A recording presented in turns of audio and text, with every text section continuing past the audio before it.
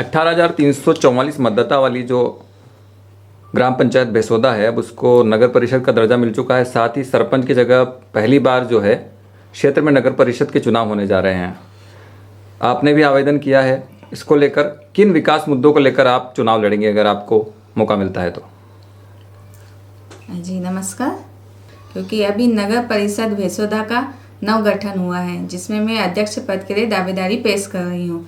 मैं चाहती हूँ कि जो जल को लेकर समस्याएं हैं, शिक्षा को लेकर समस्याएं हैं, फिर विकास को लेकर जो भी मुद्दे हैं, उन सभी का मैं निराकरण कर सकूँ। यही मेरा मुद्दा रहेगा। प्राथमिक तौर पर क्या मुद्दा रहेगा? प्राथमिक मुद्दा क्या रहेगा कि अगर आप बनती हैं तो प्राथमिक सबसे पहले ये चीज़ आप समस्या को हल करवाना चाहेंगे क्षेत्र के? सर, प्राथमिक तौर पे ये मुद्दा रहेगा कि अभी तक ये ग्राम पंचायत थी और ग्राम पंचायत होने की वजह से इसका क्षेत्र का जो क्षेत्रफल है वो काफ़ी बड़ा है। कम से कम 14-15 किलोमीटर के दायरे में ये फैला हुआ क्षेत्र है। तो विकास को लेकर यहाँ क्षेत्रवाद था। और अब चूंकि यह क्षेत्रवाद किस तरह का? क्षेत्रवाद इस तरह का था कि कहीं ना कहीं अगर कहीं का जहाँ का भी सरपंच होता था, उस क्षेत्र की पब्लिक का दबाव था कि आप हमारे क्षेत्र में विकास करें, आप हमारे क्षेत्र में विकास करें। तो इस तरह का पूरा वातावरण था। अभी चूंकि ये नवगठित जो नगर परिषद हुई है, इस नगर परिषद से अब यह समस्या कहीं ना कहीं दूर हो जाएगी, क्योंकि अब बजट की भी कोई कमी नहीं होगी और एक सदृढ़ और एक तरफा विकास करने का पूर्ण मौका मिलेगा। 5 ऐसी प्राथमिकताएं जो नगर अध्यक्ष अगर आप बनते हैं तो कौन सी ऐसी प्राथमिकता रहेगी 5 जो आपके संज्ञान में है कि हमें ये पूरा करना है? मेरे संज्ञान में जो प्रमुख 5 प्रक्रिया है वो ये है कि बेसोदा गांव में अंडरपास जो आपके ड्रेनेज सिस्टम है वो होना चाहिए। दूसरी बात जो बेसोदा मंडी के अंदर जो नई जो कॉलोनीज हैं, जो कॉलोनाइजर ने बिना अप्रूवल के काट तो दी है, परंतु वहाँ पर पूरा विकास नहीं है। तो इलेक्ट्रिसिटी के पोल्स को पहुँचाना और ड्रेनेज सिस्टम को बनाना और सीसी रोड को बनाना।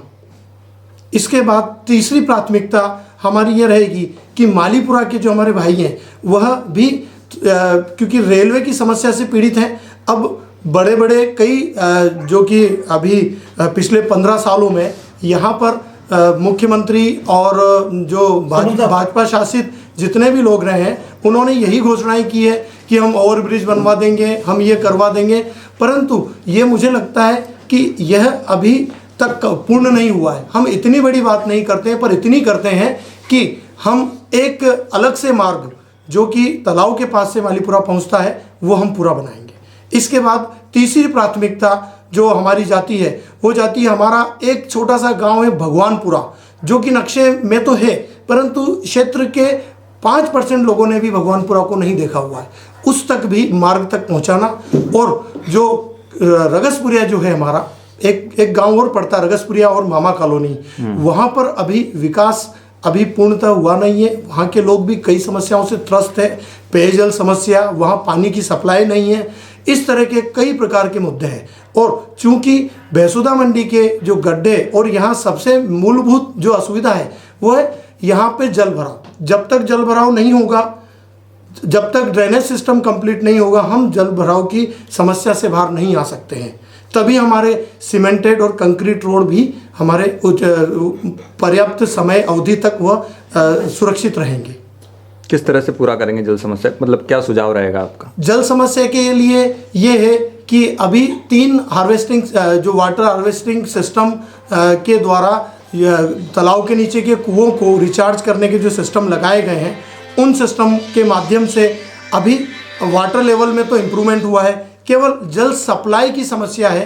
तो वो जल सप्लाई की समस्या इसलिए क्योंकि मैंने आपसे कहा है कि यहाँ बेसोदा मंडी की मूलभूत समस्या वो ये है कि यहाँ पे कॉलोनाइजर्स ने बिना अप्रूवल के जो प्लॉट्स काट दिए हैं, तो वहाँ पर वाटर सप्लाई नहीं किए।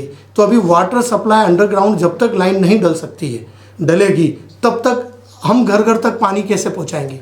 इसलिए हमारी पूर्ण मुद्दा ही हमारा एकमात्र जो पानी पहुंचाने के लिए हमारा प्रयास ये होगा, पहले तो जल लाइन जाएगी, उसके बाद हम पानी पहुंचाएंगे। पर सोर्सेज तो काफ़ी सारे यहाँ पर सरकारी कुएं भी हैं क्षेत्र में काफ़ी।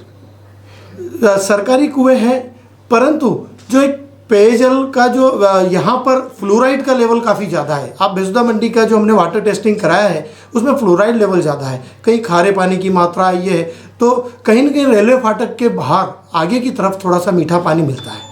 यही समस्या बेसुदा गांव के अंदर की भी है, ग्राम क्षेत्र में भी खारा पानी मिलता है, तो कहीं न कहीं हमें तालाब के आसपास का जो मीठे पानी का क्षेत्र है वहाँ से हमें जल संरक्षण करके पानी को सप्लाई करने का हमें। कांग्रेस पार्टी से आप प्रत्याशी की उम्मीदवारी कर रहे हैं जी, ठीक है। कमलनाथ सरकार परिवर्तित होती है, सरकारें बदलती है जी, और सरकार बदलने के बाद प्रत्याशियों को काम करने में काफ़ी दिक्कतें भी आती है। जी, पूर्व का कार्यकाल जिस तरह से आपके ही पार्टी के सरपंच रहे हैं, जी, क्या कार्यप्रणाली रहेगी अगर इस तरह की स्थिति आगे भी बनती है तो? जो नाथूलाल जी गहलोत सरपंच प्रतिनिधि रहे हैं, हमारी सरपंच महोदया पिछले 5 वर्षों में सीताबाई गहलोत रही है, तो मैं पहले ये चीज़ आपको क्लियर कर देना चाहता हूँ कि इससे पहले जब चुनाव होते थे वो ग्राम पंचायत था, और ग्राम पंचायत क्षेत्रों में पंचायती राज में निर्दलीय चुनाव होते हैं। नाथूलाल जी ने जो यहाँ सरपंच पद की जो उपलब्ध सरपंच पद पे जो विजय प्राप्त की है वो उन्होंने उनके निजी व्यवहार से प्राप्त किया है, परंतु उन्होंने जितना उनका जितना वो प्रयास कर सकते थे उन्होंने पूर्ण प्रयास किया है, और जहाँ जहाँ उन्हें समस्याएं दिखी उन्होंने वहाँ भी कार्य किया है। हाँ, मैं ये नहीं कहता कि नाथूलाल जी जो गहलोत हैं वो हमारी कांग्रेस पार्टी में नहीं है, परंतु वो जीत कर निर्दलीय आए थे। हाँ, उन्हें लगा कि कांग्रेस पार्टी के लोगों के साथ मैं जुड़कर क्षेत्र के विकास को और आगे बढ़ाऊं, तो उनका जुड़ाव कांग्रेस पार्टी से हुआ है, और यह कहकर हुआ है कि जितनी चीज़ें वो छोड़ चुके हैं उन चीज़ों को अब आगे का जो अध्यक्ष है, जो भी अध्यक्ष चुना जाए, और डेफिनेटली वो कांग्रेस का ही होगा, तो वही उसे पूर्ण करेगा। एक ऐसी ज्वलन समस्या जो आपके जहन में हो कि नगर परिषद बनने के बाद क्षेत्रवासियों के लिए ये तो होना ही चाहिए? ज्वलन समस्या तो पेयजल ही है अभी तक, और दूसरा जो मैंने जल भराव कहा है, मतलब पानी हर तरह से तकलीफ दे रहा है। गर्मी में पानी पीने को सप्लाई में कमी का होना, और बारिश में जल भराव होना। तो आपने देखा होगा कि ये सबसे एक और ज्वलन समस्या ये है कि यहाँ पर कोई भी बाईपास नहीं है।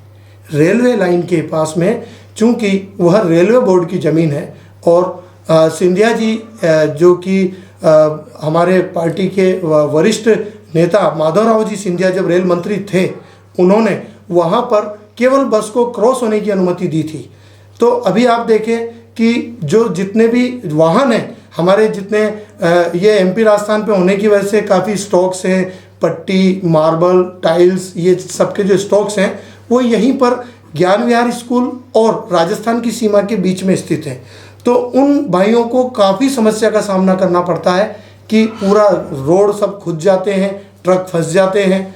और मैंने, चूँकि मेरा घर भी यहीं स्थित है, तो मैंने तीन तीन दिन तक ट्रकों को यहाँ फंसते हुए और खाली होते हुए देखा है।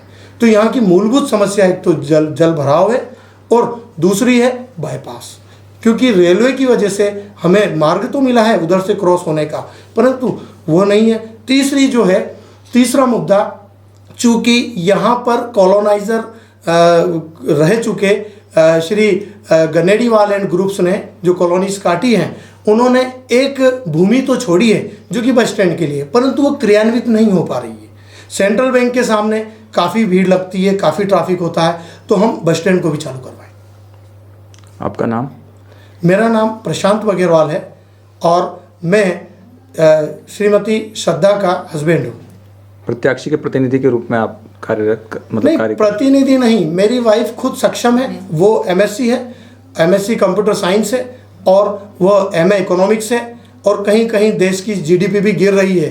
तो इस जीडीपी, और क्योंकि नगर परिषद को संभालने के लिए बजट भी आवश्यक है, और बजट का सही रूप से क्रियान्वित होना और सही जगह पर खर्च होना, उसके लिए एक इकोनॉमिस्ट की आवश्यकता होगी हमें।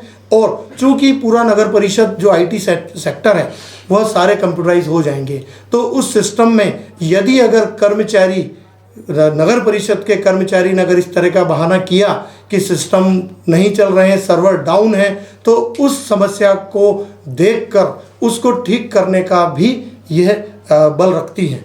इसलिए मैं ये मानता हूँ कि एक आईटी स्पेशलिस्ट और इकोनॉमिस्ट की आवश्यकता हमें इस नगर परिषद के विकास के लिए जरूरी है।